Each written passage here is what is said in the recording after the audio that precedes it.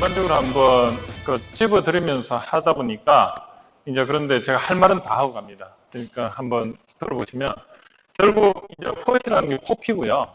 그리고 하우가 뭐냐 포엠이에요. 사람이 맨이죠. 메소드가 기술이에요. 그 다음 마니가 자본이에요. 그 다음 마케팅이 전략이에요. 마케팅하고 마켓하고 차이점 아시죠? 마켓은 여기고요. 마케팅은 마켓을 찾아내고 거기에 대해서 제품을 제공하는 활동이 마케팅이에요. 그 능력이 여기에 포엠에 포함이 되어 있어요. 그럼 포엠이 뭐냐? 그게 경영 능력이에요. 맨이 사람이고 아까 메소드가 기술이잖아요. 가격을 다운시키면서 품질 좋게 하는. 그리고 뭐죠? 사람, 기술, 마니, 재무계획, 재무관리, 아까 세금 폭탄 안 맞고 그런 플래닝 하는 거. 그 다음에 마케팅은 전략을 세우는 거예요. 이런 네 가지를 여러분들이 경력을 쌓아야 돼. 그러기 위해서는 지금이 이제 시작입니다. 이 네 가지 사람, 기술, 자본, 마케팅을 공부하는 게 경영학입니다. 그러면 STP를 공부하는 게 경제학이에요. 시장의 트렌드를 패스트라고 들어보셨죠? Political, Economy, Social, Technology. 그게 어디에 제일 잘 나와 있습니까? 정치, 경제, 사회, 기술란 신문이죠. 신문을 매일 보면 시간에 대한 흐름을 알 수가 있고 거기서 업종이 어디가 잘 된다는 게 알 수 있죠. 그거를 트렌드 분석을 하고 그럼 그걸 뭐죠? 거시 환경 분석이라고 하죠. 외부 환경 분석에서. 그럼 거시 환경 분석을 통해서 업종이 나오면 업종과 관련된 그 시장을 어떤 경쟁자 분석을 하기도 하고 그 업종의 아이템과 관련된 대체제를 찾아보기도 하고 업종과 다른 이종 업종에서 영향력이 있는가 그걸 보는 게 또 필요하고 그 다음에 공급자 그리고 수요자를 찾아보는 게 5C죠. 마이크 포터 들어보셨죠? 그걸 뭐죠? 산업구조 분석. 그럼 그 산업구조 분석까지 해보니까 업종에 대해서 어느 정도 사업 타당성 분석이 되면 아이템이 나와요. 그럼 그 아이템을 가지고 어떻습니까? 한 번 더 어떤 이 아이템을 가지고 생산하는 업체를 한번 검토를 해보니까 비교를 할 수가 있잖아요. 어떤 비교 항목을 가지고 고객은 어떤 고객이고 어떤 타겟의 고객에 대해서 업체마다 하고 있고 그에 대해서 브랜드 포지셔닝은 어느 정도로 가지고 가고 있고 제품의 특징 포피로서 프로덕트 기능, 프라이스, 플레이스, 프로모션을 어떻게 하고 있고 이 업체들에 있어서 사람, 기술, 자본, 마케팅 관점에서는 어떻게 하고 있고 이 11개를 업체마다 비교 항목을 쭉 다 적어보면 어때요? 그게 제대로 된 뭐죠? 경쟁자 분석이에요. 이런 이야기 하던가요? 다른 데서? 그겁니다. 그렇게 했을 때 그 업체를 알면은 내가 어느 포지셔닝에 있는가를 알 수가 있어요. 그게 뭐죠? 결국은 나의 장점과 약점을 찾아내는 거예요. 나의 장점과 약점은 상대적인 거예요. 어떤 장점과 약점이 있느냐?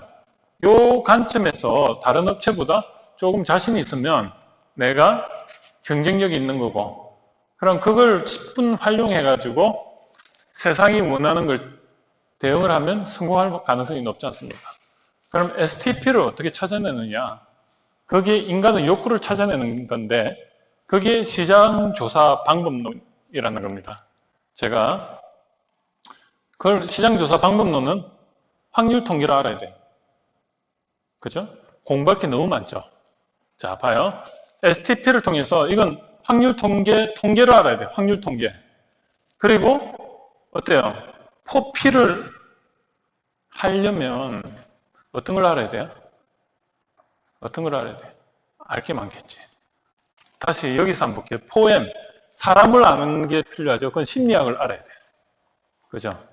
리더십이 뭔지도 알아야 되고 여기서도 시장을 알려면 심리학을 알아야 돼요. 소비자 행동론. 이런 공부를 하셔야 돼요. 학문적으로 보면 사람은 사람의 심리를 알아야 되고, 메소드는 뭐죠? 과학기술, 공학을 알아야 되고, 만이는 뭐죠? 재무학을 알아야 되고, 그 다음에 마케팅은 뭐죠? 말 그대로 마케팅학을 또 알아야 돼요.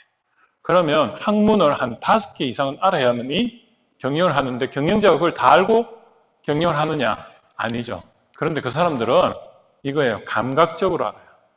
공부를 자기 나름대로 엄청 해요. 근데 단지 학문으로 정립을 안 했을 뿐이지, 그 사람들은요, 일주일에 평균 책을 몇 권 읽는 줄 아십니까? 20권. 20권을 어떻게? 20% 전체에 자기가 관심이 있는 그 책에서 그 분야에 얼마나 공부를 했으면 대부분 다 알아. 근데 새로운 걸 말하는 그 20%를 읽으니까 20권도 읽는 거예요. 한 2권을 읽는 그 속도인데 20권 다 읽어버린다니까. 어떻게? 신문 읽듯이. 왜냐하면 웬만한 프레임은 다 가지고 있어. 아, 그거 프레임이 다 있는 거야. 새로운 이야기 하나도 없어. 그런데 그 중에 내가 집중해야 될 거, 아니면 내가 리마인드 해야 될 거, 그런 것만 책에서 읽어요. 그런데 한 몇천억 되는 회사 사장님이 몇백억 되는 사장님한테 술 한잔 하면서 좌문을 구할까요? 아니에요. 몇천억 되는 사람은 스케일이 10배는 커요. 그 사람은 어때요? 물어볼 데가 없어. 어디에? 책밖에 없어. 책밖에. 어때요? 법인카드로 살 게 책밖에 없다니까. 교보 가가지고 그냥 눈에 보이는 거 제목 보고 자기한테 위로가 될 만한 책이 있으면 다 산다니까. 이만큼 가져가가지고 자기 서재 앞에 다 꽂아놔. 어떻게? 그냥 꽂아 놓는 게 아니고 정치, 경제, 사회, 문화, 과학기술, 경영, 전략, 기술 경영, 책 사면은 분류하기 바쁘다니까. 그냥 꽂아놔. 그리고 나서 오고 가면서 화장실 갈 때 그냥 한 2권 빼가 가가지고 한 2, 30분 만에 다 읽어요. 누가? 저도 그러고 있어. 하루에 저는 책을 2권 이상 읽습니다. 근데 대충 읽느냐? 물어보면 다 알아. 내일 제가 통계 강의를 하는데 경일대에서 제가 차에 책이 지금 10권이 실려 있어요. 근데 그걸 다 읽어요. 왜? 대부분 다 아니까. 그냥 보면서 한 번 더 리마인드 하면서 내 머릿속에 뭔가 아이디어를 얻기 위해서. 여러분들 그렇잖아요. 브레인스토밍 할 때 뭔가 끈덕이가 있어야 되잖아요. 그럼 그 책 제목 보고 책 보면 또 아이디어가 막 나와요. 그럴 때 책이 필요한 거예요. 그런데 그거를 그냥 파일로 저장해 보면 그렇게 볼까? 안 맞아요. 그게 인지과학에서 나와요. 왜 사람이 오프라인으로 책을 보면서 하면 창의력이 나올까? 아니면 내가 손으로 그리면서 하면 창의력이 나올까? 거기에 대해서 제가 강의하는 게 제 강의 주제입니다.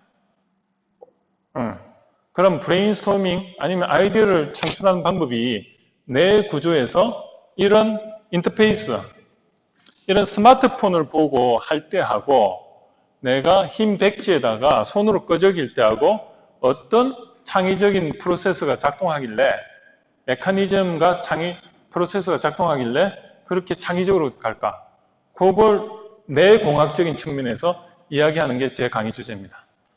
그래서 여러분들이 제가 오늘 이렇게 이야기를 하지만은 여러분이 잠을 자야 돼요, 사실은. 왜냐하면 새로운 이야기를 하면 그 뇌의 그 시냅스하고 그게 강화되기 위해서는 성장 호르몬이 나와야 되면 일단 렘 수면과 난렘 수면을 교차하는 지점에서 깊이 자야 돼.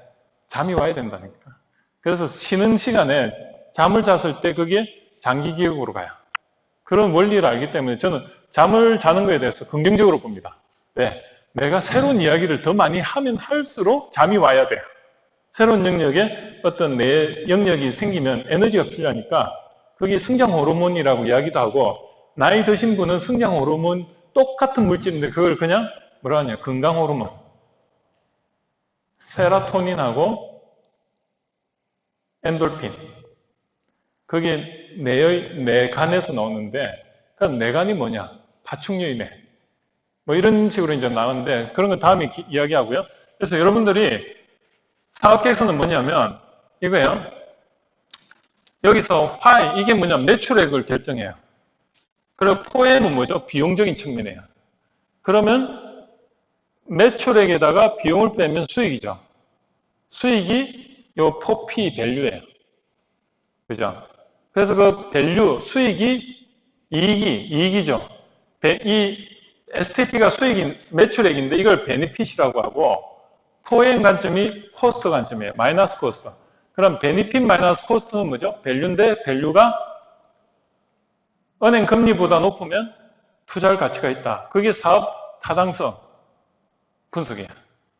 두 번째는 사업 타당성의 결과물이 무엇을 만들어야 되는데 포피가 도출이 돼야 돼. 그게 사업 타당성의 두 번째 목적이에요. 그걸 위해서 사업 계획서는 뭐냐? 내가 포피가 나왔으면 이걸 위해서 포엠을 어떤 시간 계획으로 짜느냐, 실행 계획을 하는 게 사업 계획서예요. 그래서 사업 계획서는 사업 타당성 분석과 사업 계획서 두 가지가 들어가 있고요. 예. 저는 이제 그거를 이론적으로 설명하는 거고, 그렇습니다. 그래서 여러분들이 그런 원리를 조금은 깊이 있게 알 필요가 있다. 인생 로드맵은 이렇습니다. 여러분이 지금 예전에는 1960년대에는 인생이 70에 거의 사망 수준이었는데 지금은 100세예요. 그런데 20년 후에는 어떻게 되냐? 통계청에 의하면 120세예요.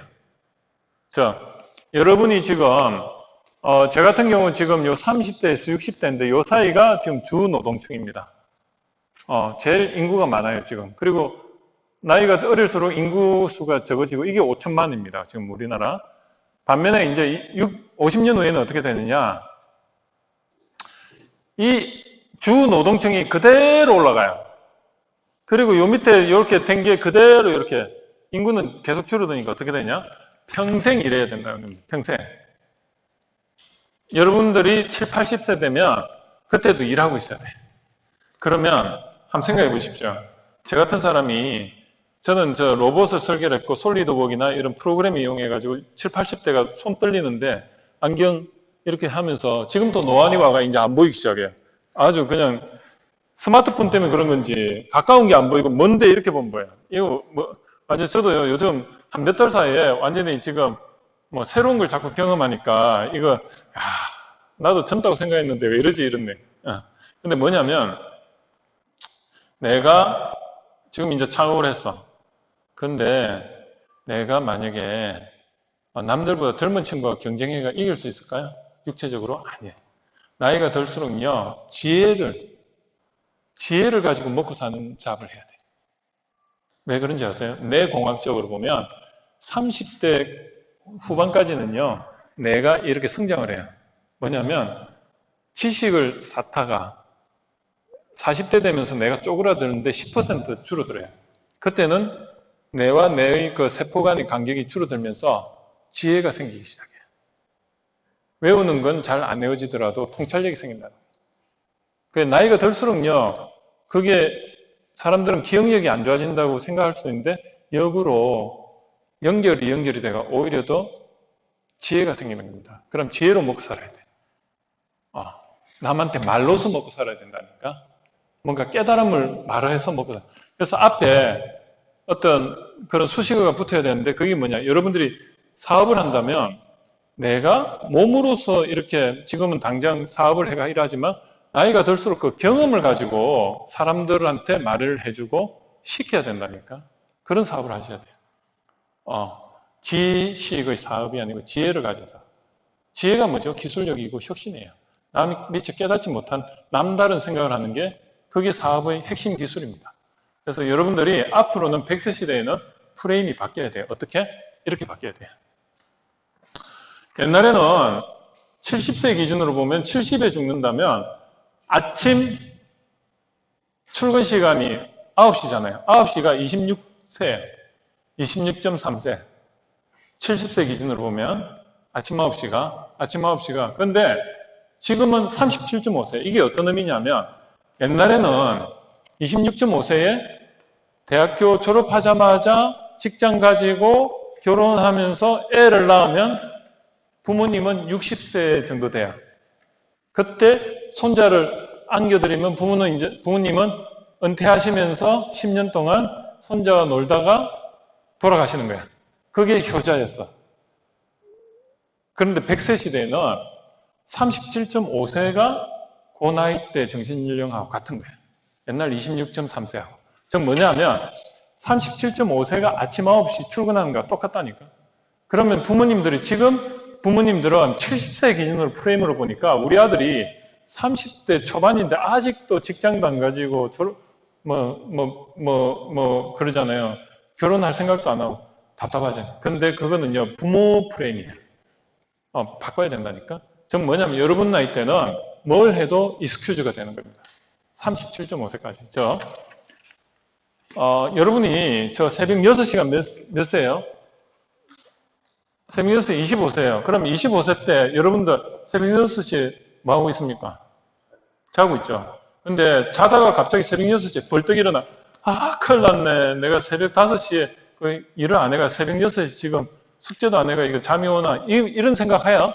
안 하잖아. 대학을 좀 안 좋은 데 들어가면 어때?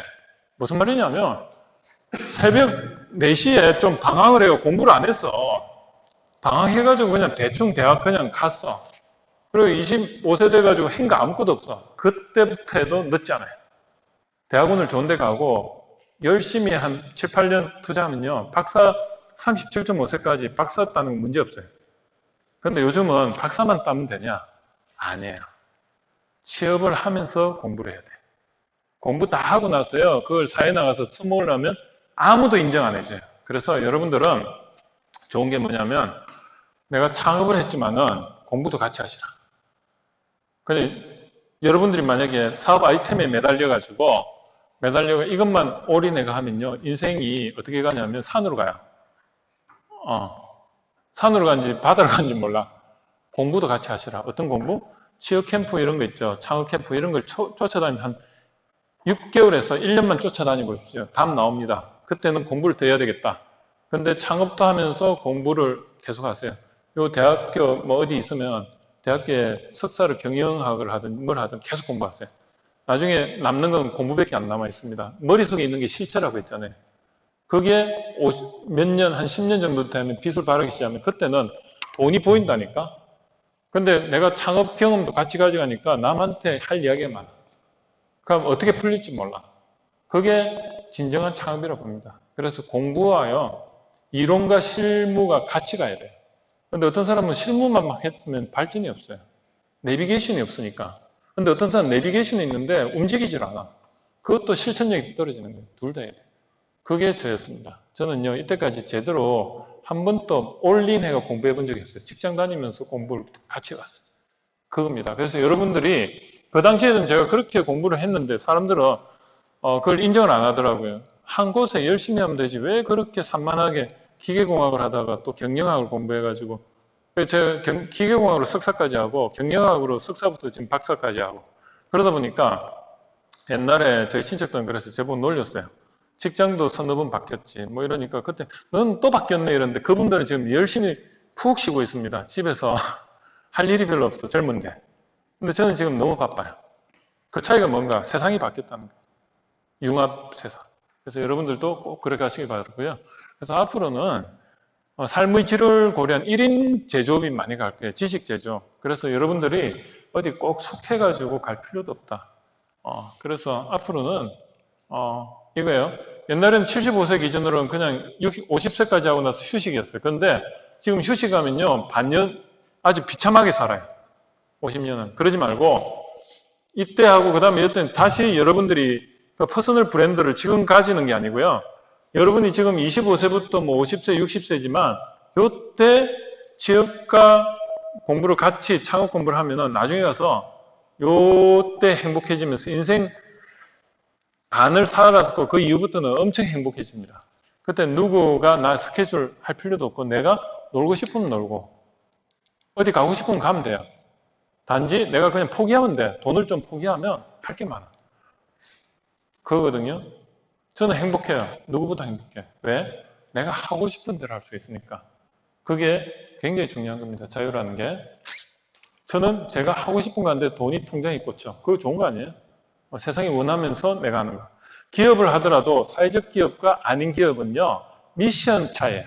똑같이 제품을 만들더라도 어떤 제품은 사회가 원하는 걸 하기 때문에 사회적 기업이 되는데 어떤 기업은 자기들 이윤만 창출하다 보니까 똑같은 아이템을 만들어도 명분이 없으니까 사회적 기업이 못 되는 겁니다. 희한하죠? 여러분들이 삶을 살더라도 똑같은 일을 하는데 세상이 원하는 일을 하면 행복한 거예요. 근데 내가 똑같은 일을 하는데 먹고 살기 위해서 한다면 불행한 거예요. 어떤 의미인지 알죠? 제가 로드맵을 한번 말씀드려볼게요. 여러분들 경력이 A와 B가 있다면 C를 하나 보완을 하는 게 이게 평생학습이고요. 그래서 평생학습을 통해서 저는 기계공학과 경영학과 인체역학 이런 걸 했어요. 그러다 보니까 기계와 사람이 합하니까 로봇이 되었고 또 창업을 하니까 어떻게 기술 창업이 된 거예요. 그래서 저는 기계와 경영과 로봇을 아는 사람은 세상에 저밖에 없어요. 사람의 얼굴만큼이나 다양한 포지셔닝 몇 개를 가지고 있으면 사람 얼굴만큼이나 부가가치가 나오는 겁니다. 그래서 여러분들이 그러면 여러분은 지금 젊은 20대일 때는 취업을 해요. 아니면 여러분이 스스로 창업을 하든지 그러면서 공부를 하셔야 돼요. 공부를 빼고 내가 사업을 하겠다? 사상누각입니다. 근데 좀 체계적으로 하시라는 겁니다. 그렇게 했을 때 이게 스스로 이제 그 분야에서 사람들이 이제 처음에는 봉사로 하다가 자기 좋아서 돈 3년 동안 내 좋아서 막 하는데 남들이 인정해줘. 어느 순간에 남들이 그냥 공짜로 나를 쓰기는 좀 미안해. 돈을 한두 푼이라도 받다 보면 3년 후부터는 전문가가 돼 있고 그러다가 이게 자기 퍼스널 브랜드가 돼가지고 창업으로 자연스럽게 가는 거예요. 이걸 제가 권하고요. 40대에서 60대도 마찬가지예요. 40대, 60대는 조금 이제 경력적으로 많이 보완이 돼 있고 여기에 내가 뭔가를 하나 남들과 차별화되는 거를 한 2, 3년 투자를 하면 되는 거야. 그러면 여기에 되는데 그때는 이제는 좀 은퇴할 나이거나 아니면 퇴직금이 좀 있고 약간 여유가 있으면 봉사부터 하는 거예요. 봉사를 하다 보면 어느 순간에 봉사가 아닙니다. 그러면 나중에 그 분야의 전문가가 돼 있는 겁니다. 그래서 창업을 합니다. 그래서 20대나 40대나 60대나 비슷합니다. 프로세스는. 그런데 누가 먼저 깨닫고 하느냐. 그게 삶의 질을 가늠하고요. 여러분들이 기회는 언제 올 줄 몰라요. 언젠가 5년 안에 한 번은 와요. 제가 주식 투자를 해가지고 5천만 원을 투자를 했더니 그때부터 떨어지기 시작해가지고 8개월째 2,500만 원이 됐어요. 에이, 그 7개월 동안 그 노력 따지면 내가 그냥 공부를 먼저 하겠다. 내가 그냥, 6, 7, 8개월 동안 정신적 노동을 생각하면, 내가 열심히 해야지. 그 주식 투자인 거 안 보고요. 3개월 동안 열심히 했어요. 그랬더니, 이제 궁금해지잖아. 그래 봤더니, 5천만 원에서 2,500만 원 됐다. 이게 얼마 된 줄 알아요? 1억까지 올라갔다 다시 2,500만 원 돼 있는 거예요. 그게 사업입니다. 사업은 80대 20법칙 그대로에 1년 동안에 한 몇 주? 한 2, 3주 이렇게 기회가 올라갔다 다시 이렇게 돼요. 그 올라갈 때를 잘 타야 돼요. 근데 그게 우리가 사업 계획서를 쓰는 거는 1년, 3년, 5년 내가 승부를 보겠다는데 10년을 하면 한 서너 분 옵니다. 그게 사업이라니까요. 1년 안에 내가 매출은 얼마, 그 다음에 비례해서 얼마 이렇게 선형적으로 가는 게 아니고요. 이렇게 가다 어느 순간에 이렇게 돼요. 이걸 티핑 포인트라고 해요. 똑같은 말이에요. 그래서 여러분들이 성공은요, 내가 준비가 돼 있을 때 기회가 오면은 그거를 타는 거예요. 근데 그게 1, 2년 안에 올 확률은 없습니다. 최소한 5년, 많게는 10년이에요. 그럼 장기적으로 어떻게 내가 수입이 없는데 버틸까가 리스크 관리고 사업 계획의 핵심입니다. 그걸 위해서는 내가 비전과 미션을 명확하게 세워야지 남들이 인정을 안 해주고 그래도 나는 아침에 양복을 입고 출근을 하고 명함을 파서 돌리고 그거를 3년에서 5년은 해야 돼. 험난하죠. 근데 저는 하나도 험난하지 않았어요. 왜냐하면 내가 확신이 있고 내가 좋아서 하니까 수입이 없을 때도요. 그냥 열심히 한 거예요. 수입이 없을 때 뭐 했냐?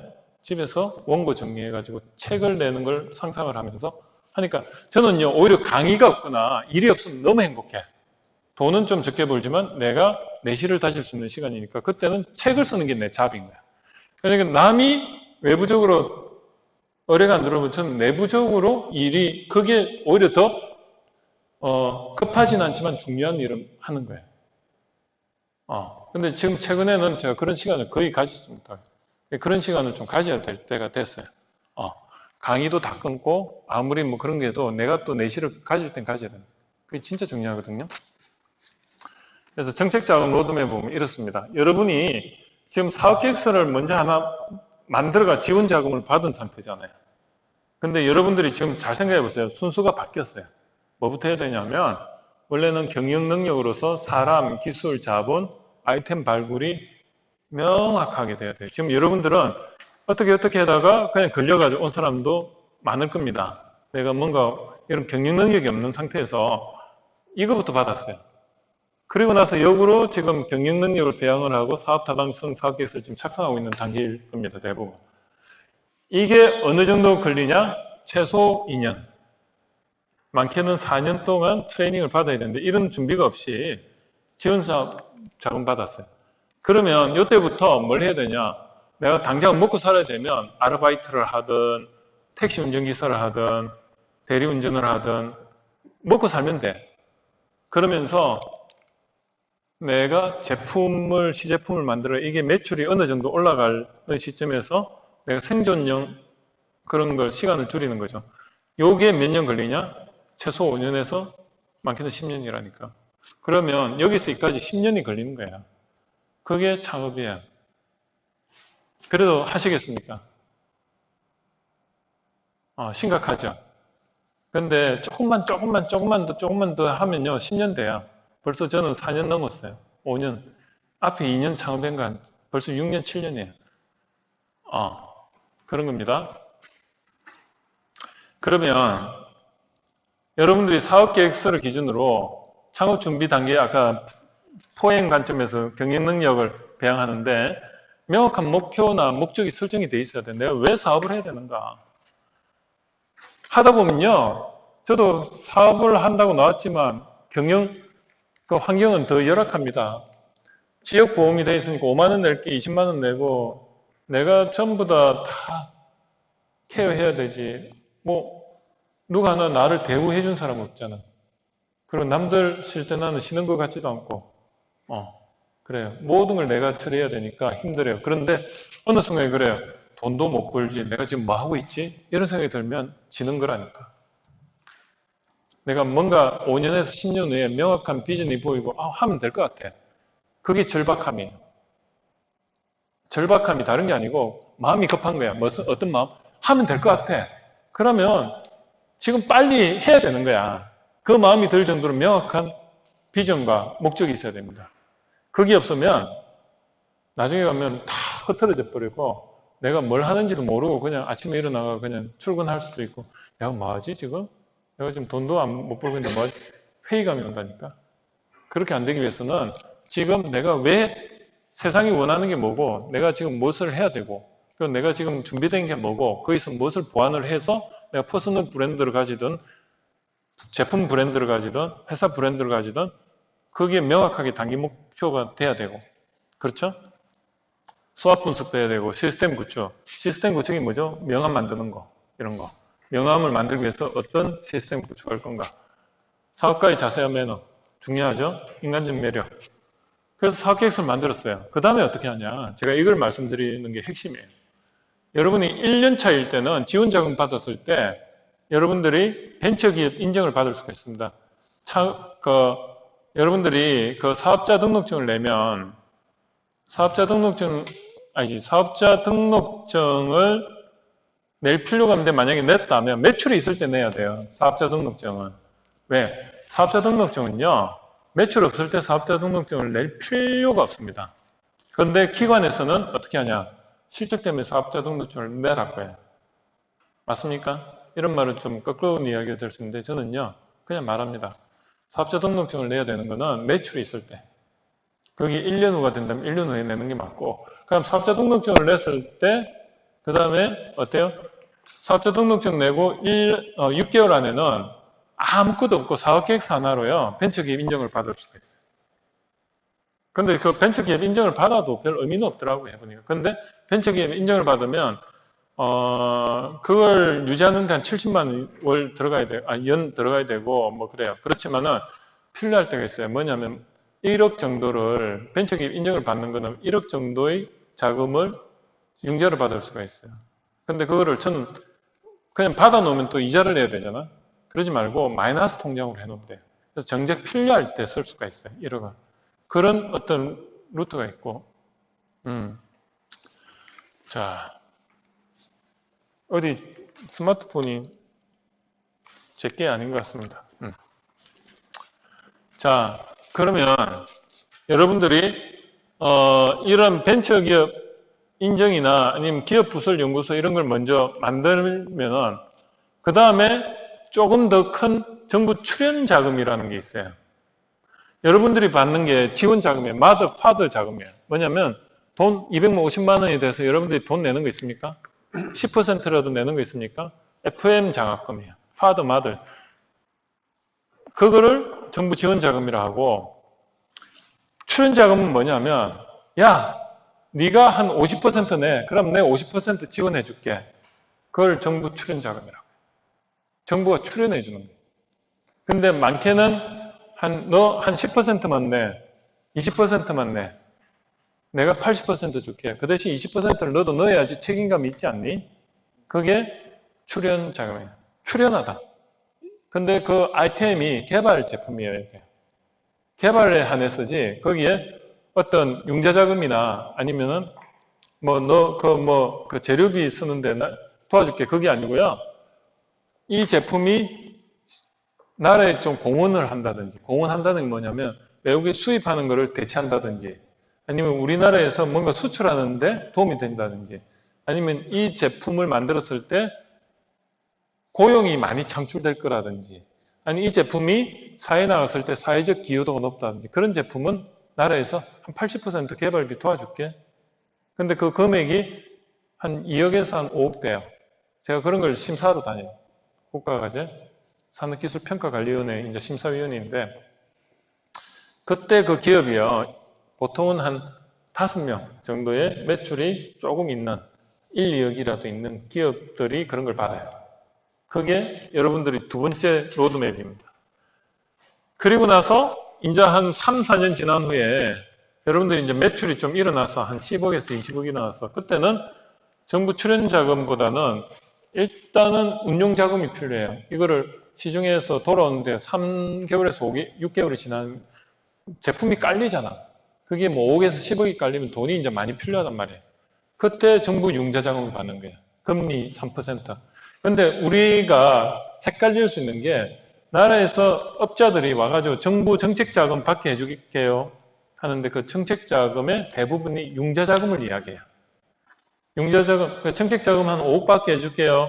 금리 융자 자금 받게 하면 내한테 3% 주세요. 의미가 없어요. 왜? 금리가 정책 그 융자 자금 받으면 3%에 받을 수 있는데 그게 3% 더하면 그냥 담보대출이나 뭐 차이가 뭐가 있습니까? 그런 거거든요. 중소기업진흥공단에서 주로 하는데 저건요. 한번 보세요. 5억에 대해서 6% 받을 거를 금리를 한 2% 낮춰가지고 뭐 4%에 받다. 그럼 2%가 얼마죠? 5억에 대해서 한 10억으로 할게요. 10억의 융자 자금 받았다. 그러면 2천만 원 정부가 지원해 주는 거잖아요. 그거나 여러분들이 이 지원 자금으로 해가지고 예비기술 창업자 이런 게 5천만 원 받는데 10억 받는 게 나아요? 아니면 5천만 원 받는 게 나아요? 융자 자금으로 10억 받는 게 나아요? 아니면 그러잖아요. 5천만 원이 더 가치 있죠. 허수가 있죠. 근데 이 기업들은 뭐냐면 당장 금리가 문제가 아니고 10억이란 돈이 돌아야 돼. 그 단계에서 받는 거예요. 근데 여러분들이 개발을 위해서 이 단계에서 융자자금 받으면 될까 안 될까? 이때 융자자금을 받으면 아무것도 못해요. 왜냐하면 자본금 여러분들 보면 많아봤자 500에서 5천이에요. 근데 융자자금을 한 1억 받았다. 그럼 부채 비율이 500만 원이 여러분들 자본금이면 회사에 부채 비율이 1000%예요. 1000%면 여기서 정부 출연 자금 받으려면 보통 부채 비율이 200% 이하 이렇게 돼 있어요. 그러면 안 돼요. 그리고 두 번째는 뭐냐면 여러분들 시제품 만들었지만 거기에 성공할 가능성은 제가 볼 때는 1%. 융자자금 이거 받아가지고 나중에 실패하면 어떻게 하죠? 신용불량자 바로 돼요. 그때는 시제품 만들고 할 때는 이 단계에서는 정부 지원 자금을 활용하는 게 맞습니다. 그래서 제가 창업 와이셔츠 단추를 끼워가는 과정이다. 그리고 또 한 가지는 사업에서 성공은 성적순이다. 엄연한 현실입니다. 왜? 여러분들이 이런 지원 자금 하나도 안 받고요. 나중에 출연 자금이나 융자 자금 지원했잖아요. 그 기업에서 그래, 그 정부에서 그래요. 너희들은 지원 자금 받을 정도의 실력이 안 되니 레퍼런스를 가져와. 근데 우리는 뭐 이런 거 없이 그냥 돈만 열심히 벌어가지고 잘 해왔어요. 아무것도 인정을 안 해줘. 일단은 이런 거 있으면 가져와. 그럼 우리가 가점을 줄게. 없어. 특허 낸 거 가져와. 특허도 없어. 아무것도 없어. 그러면 다른 기업들은 기업 부설 연구, 정부 지원 자금 받은 그런 실적도 있지. 그러니까 국가가 이제 수행한 거예요. 여러분들이 지금. 250만 원 받았지만. 국가가 이제 수행. 거기다가 벤처기업 인정받았고, ISO 받았고, 그 다음에 이런 어떤 레퍼런스 그 하나하나에 1점씩 가점이 있는 데다가 여성이 또 창업했으면 또 1점 받아. 그럼 벌써 4점이라는 거는 정부 출연자금 신청할 때 어때요? 똑같은 기업들이 다 온단 말이에요. 그런데 벌써 4점을 받으면 확률이 높죠. 그러면 여기는 또 요걸 받은 기업들이 또 다 돼요. 그럼 요게 되면은 또 요걸 이렇게 착실히 레퍼런스를 가진, 스펙을 가진 기업들이 또 요걸 받아요. 진입장벽이 그렇게 돼 있어요. 신용보증기금에서 대출을 받는 게 낫겠습니까? 신용보증기금 가가지고 이런 융자자금을 받으면서 하는 게 낫겠어요? 아니면 기술보증기금으로 융자자금을 받으면서 벤처기업 인정을 받는 게 낫겠어요? 기술기업이면 기술보증기금으로 가야 됩니다. 뭣도 모르고 신용보증기금으로 가가지고 대출 받았더니 거기는 벤처기업 인정도 안 해주거든요. 그런 제도가 없어요. 그냥 돈이 급해가 가서. 그랬더니 그것 때문에 신용보증기금에 돈을 다 갖고요. 다시 기술보증기금으로 가야 되는데 3년 걸리더라고요. 그러면 단추를 잘못 끼우는 거예요. 그래서 이 벤처기업 인정을 받는다는 것은 기술보증기금에서만 되는 겁니다.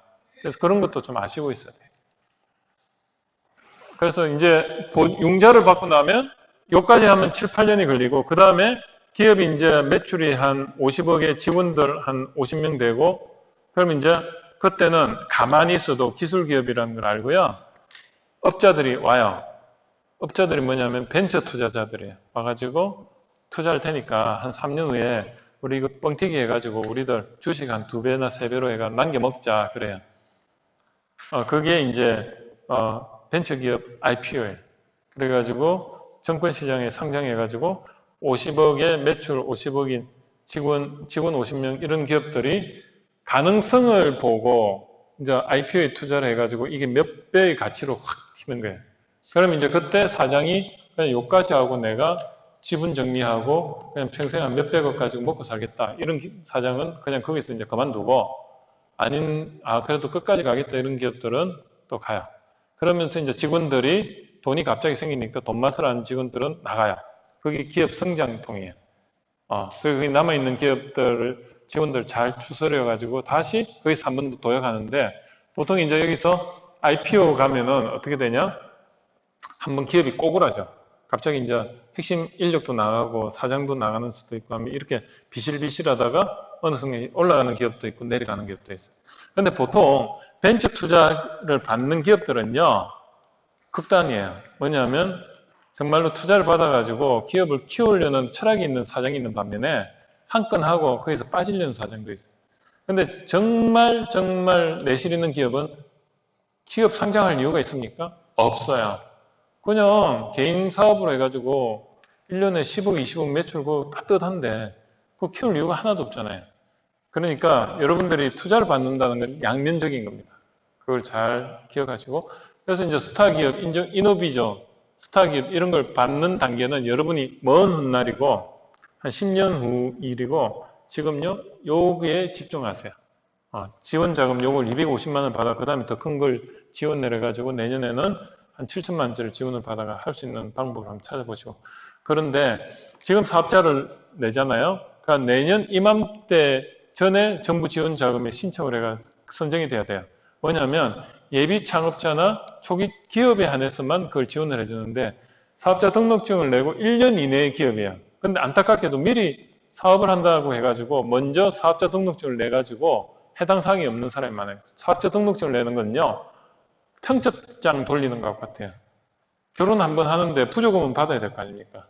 근데 그걸 그냥 미리 그냥 부조금도 안 받고 그냥 카드 써버리는 것 같아요. 그래서 사업자 등록증을 내는 거는 굉장히 신중해야 할 필요가 있습니다. 그래서 뭐 기업 성장 곡선이 이렇게 되고요. 그래서 이건 좀 넘어갈게요. 여러분들이 지금 뭐 이걸 이야기를 해도 잘 이해가 안 되는 부분도 있을 겁니다. 그래서 여러분들이 IPO 전에는 창업자가 창업 준비 단계에 돈을 내는 게 자금 조달 방법이고 지인이나 이런 사람을 통해서 돈을 받는 방법도 있고 근데 제가 제일 추천하는 건 정부 지원 자금으로 개발을 하라는 겁니다. 지금 여러분과 같이 이런 식으로. 그게 만약에 실패를 해도 정부는요, 여러분들을 가혹하게 안 해요. 그냥 최선을 다했기 때문에 신용불량도 될 이유도 없고. 그래서 아니면 말고식으로 한번 마음 가볍게 해보실 필요가 있습니다. 그래서 여러분들은 제3의 자본이 이게 이제 중요한데 자산 이게 뭐죠? 대차대조표 옛날에 그죠? 재무상태표라고 하죠. 그죠? 현재는 IFRS 기준으로 보면 자산, 부채, 자본인데 중간에 이런 현금이 이거를 뭐냐면 저는 제3의 자본이라고 해요. 자산은 실체예요. 기업을 이루는데 사람, 기술, 자본, 마케팅 이걸 구현을 하기 위해서 돈이 필요한데 외부로부터 돈을 빌려오는 것도 있고 내가 돈을 어떻습니까? 내 돈으로 하는 것도 있어요. 그죠? 이건 투자를 받아가 하는 거고 이건 융자를 받아가는 거야. 그 중간에 갚지 않아도 되는 순수한 돈, 이걸 제3의 자본이라고 제가 이름을 붙였습니다. 이런 정부 지원 자금을 가지고 하시라. 그런 의미고 이 부채는 뭐죠? 콜레스테롤. 몸에 콜레스테롤이 없어도 안 되고 있어도 안 되고 이게 지방이죠, 지방. 지방이 함유된 혈액, 피예요. 그리고 여기는 순수 진짜 피 같은 돈. 그죠? 내 돈 내고 하니까 아깝죠. 그런데 투자를 받으면 그 돈으로 하는 건 조금은 또 그렇죠. 그래서 이러한 피를 가지고 어떻게 보면 근육과 척추를 만드는 겁니다. 그렇게 보시면 돼요. 그래서 근육에 해당되는 게 사람도 있고 뭐 그런 거죠. 여기 뭐 토지, 건물 이런 건 다 근육에 해당이 되고 그죠? 여기 척추에 해당이 되고 이런 근육에 해당되는 사람이 막 움직여가지고 뭔가를 만들어내죠. 그래서 초기 자금 조달은 지원 자금, 출연 자금, 융자 자금 이게 유리한 순서입니다. 그래서 여러분들은 요거에 지금 해당이 되고 사업 계획서로 필요한 자금의 90% 이상을 지원받는 게 지원 자금이라는 것만 아시고 계시면 돼요. 출연 자금은 한 5인의 매출의 발생이 있는 상태에서 받을 수가 있고 한 50% 정도 이상을 정부에서 지원을 해줍니다. 그다음 융자 자금은 이제 매출의 기준이고 한 금리의 한 3% 정도를 지원해주고 벤처 자금은 이제 종합적으로 자본을 투자받는 거. 벤처 기업이라는 것은 벤처 투자를 받은 기업을 벤처 기업이라고 합니다. 벤처 투자자로부터. 그래서 뭐 지원 사업은 중앙정부에서도 해주고 이런 경북 뭐 대구시에서도 해주는 게 있고요. 그 다음에 진흥원에서 해주는 게 있어요. 여기서 보니까 대구시니까 시 자금으로 여러분들한테 지원을 해주는 거예요. 근데 여기서 받았다고 해가 여기서 못 받는 거 아닙니다. 다 받을 수 있어요. 250만 원 받았다 해가지고 다른 거 7천만 원 못 받는 거 아닙니다. 그래서 여러분들이 인터넷 스마트폰 꺼내가지고 bizinfo.go.kr 쳐보세요. 아니면 스마트 어플을 bizinfo라고 쳐보세요. 그러면 특화된 어플이 있을 겁니다. biz인포 쳐보세요. 어플 biz인포 치면 어플이 지금 있을 거예요. 한번 보세요. 그 하나 다운로드 받아가지고 정부 지원 자금에 모든 게 다 거기 다 나와 있습니다. biz인포 나와요? biz인포 한번 쳐보세요. 나옵니까? 이거 말씀하시는 거예요? 아니네. 인터넷에서 직접 봤어요. 한번 보세요. biz인포 한번 쳐보세요. 그럼 인터넷에 biz.inf.go.kr 쳐보실 대로 기업마당입니다. 그럼 어플을 기업마당이라고 한번 쳐보세요. 그럼 어플이 특화된 어플이 하나 깔릴 겁니다. 제 기억에 어플에다가 기업마당 쳐보세요. 나옵니까? 예, 그겁니다. 그 기업마당을 깔으세요. 그리고 그걸 열심히 보세요. 그러면 한 100개 보면 하나 여러분한테 해당되는 뭔가가 있을 거예요. 그럼 그거를 지원해가지고 정보는 본이다. 그리고 여러분들이 여러분이 해당되는 진흥원을 쳐보세요. 진흥원을 쳐가지고 거기 다 가입하세요. 저는 일주일 동안 가입을 했어요. 그래가지고 거기서 오는 정보를 다 받았어요. 자, 피지 인포를 들어가면 저런 식으로 나와요. 여기서 이거는 저 PC 버전인데 여기 들어가면 지원 사업에 들어가면 1인 기업으로 들어가면 여러분들이 여기 이런 지원 사업이 수십 개는 나와요. 다 돈이잖아요. 걸리면은 다 돈 받을 수 있어요.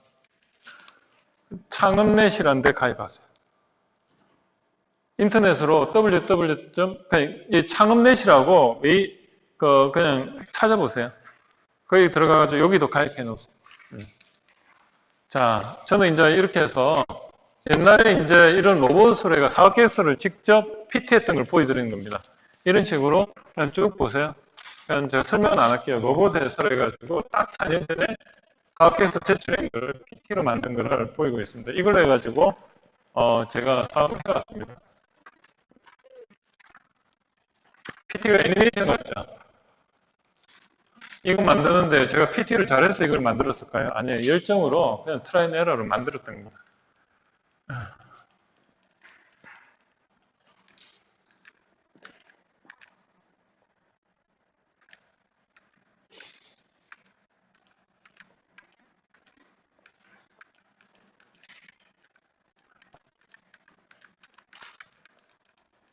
제 방이에요. 제 방이 이렇게 생겼어요. 디귿자로 해가지고 처음에 창업했을 때 제 방에 있었어요. 그래서 이런 걸 만들어 앞으로 이렇게 이런 것도 만들고 뭐 이렇게 해야 되겠다. 그리고 제 창업을 했을 때 처음에 이제 여러분들 이때 제가 제가 6월달에 시작해가지고 2010년 12월까지 사업계획서 공부만 많이 해서 근데 매출이 하나 생겼어. 그래서 할 수 없이 3개월 만에 사업자 등록증을 냈고 그리고 그 다음에 2011년도에 지원사업 7천만 원 받아가지고 매출이 초반에 좀 있다가 없었을 때 이 지원사업으로 버텼고 그래서 2012년도부터 제가 매출이 좀 있다가 여기에서 제가 이제 이때는 벌써 이제 경영학을 공부하기 시작한 상태이기 때문에 2012년도 여기서부터 제가 강의를 시작을 해가지고 그것도 먹고 살고 그런 단계입니다. 그래서 앞으로 뭐 이렇게 여러분들과 같이 이렇게 제가 지금 2014년 요 단계인데 그래서 이제 이렇게 쭉 올라가는데 그 당시에 계획이 이랬다는 겁니다. 근데 지금은 뭘 하고 있느냐 보면 자 요걸 한번 볼까요? 여기 보면 제가 이제 그때 계획은 뭐냐 2014년 2015년 한 3월 달 정도에 이 매출이 일어났을 때 보증비를 뚫고 올라왔을 때 이때 지원을 고용하겠다. 그 계획입니다. 그리고 그 사이에 보면 어때요? 지원 자금으로 2012년도는 버텼고 그리고 제가 이제 이렇게 경영자 수업 기간을 저는 2015년까지 생각하는 거예요. 지금도 공부하고 있는 겁니다. 그리고 제품 매출이 일어나는 건 본격적으로 일어나면 한 내년부터 일어날 거다. 그 계획이 지금 일어나고 있어요. 저는 지금 어떤 본격적인 제품을 하나 개발하고 있습니다. 그게 되면은 한 내년부터는 이걸로 먹고 살 수도 있어요. 강의가 생존이 아니고 그냥 취미로 할 수도 있다는 거죠. 그래서 그렇고 저는 지금 제조업을 하고 있지만 그걸 통해서 경험을 가지고 출판도 했고 창업이라는 그쪽을 제가 한 3권 정도를 여러분들이 이야기했던 것을 책으로 냈고 그걸 통해서 강의를 하고 컨설팅을 해서 이게 이제 시간이 지나면 이제 저는 지식 제조업이라고 이야기를 하고요. 그래서 여러분들하고 똑같은 이야기 한 번 더 하면 그래서 출판, 강의, 코칭, 뭐 이런 걸 제가 하면서 결국은 시장이고 기술성이고 해서 저는 이제 행복 창업 수익으로 먹고 살겠다 뭐 이런 거고 그래서 저는 이제 요 서울의 남부터미널 바로 옆에 여기에 사무실이 있습니다. 거기에 이제 하고요. 저는 지식을 뭐 지혜를 나누는 어떤 프레임을 강의 형태나 컨설팅이나 이런 걸로 이렇게 전달하고 있는 거고요.